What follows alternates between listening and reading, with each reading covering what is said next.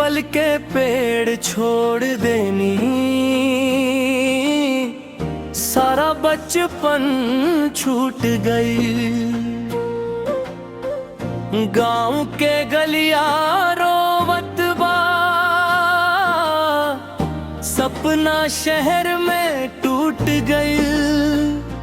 माई के अंचरा छूट गई, बाबूजी के बात छूट गई।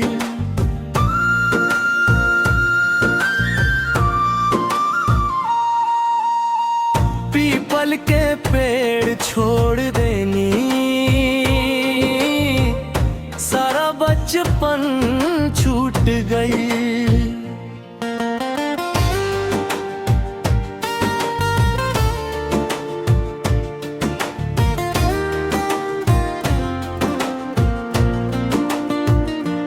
हो ही पीपल छांव में बैठ के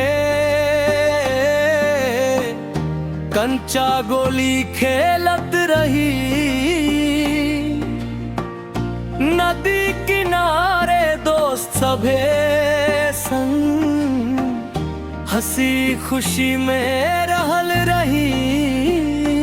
अब ता मोबाइल हाथ में बाकिर मनवा सुना लागे।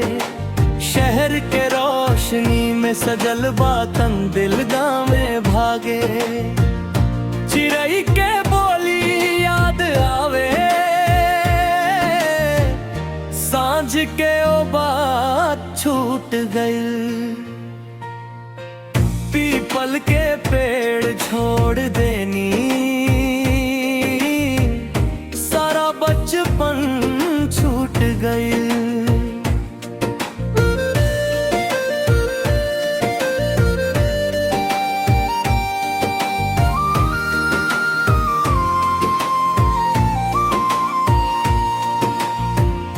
बरखा में भींजक खेत किनारे, माटी से खुशबू आवत रहे। माई गरम रोटी सेंकत रहली, आंगन महकत जात रहे। अब तो होटल के खाना बनाऊ स्वाद नाऊ प्यार। शहर में लागे अकेले बीते हर त्योहार। होली के रंग फीका पड़ गई, छठी मैया के घाट छूट गई। पीपल के पेड़ छोड़ देनी, सारा बचपन छूट गई।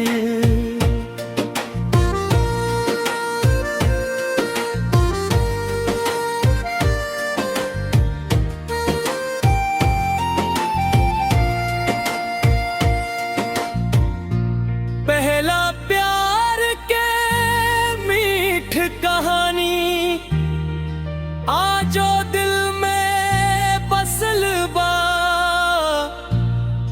ओकर हंसी के गूंज अजोरिया, जैसे सपना सजल बा। चिट्ठिया लिख के देत रहनी,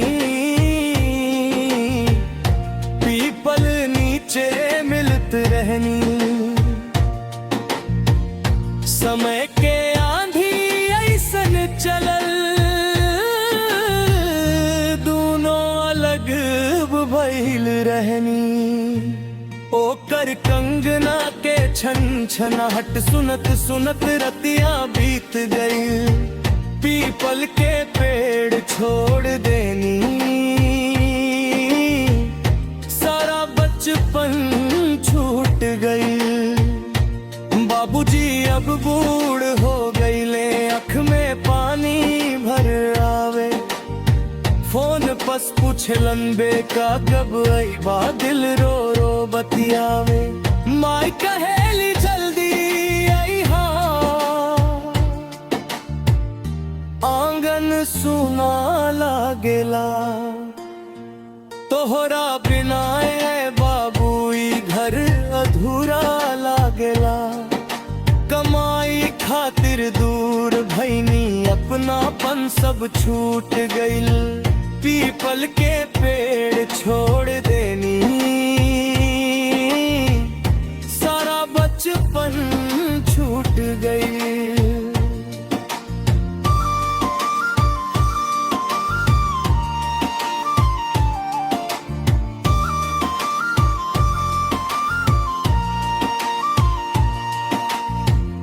गाँव के गलियां रोवत बा, सपना शहर में टूट गई।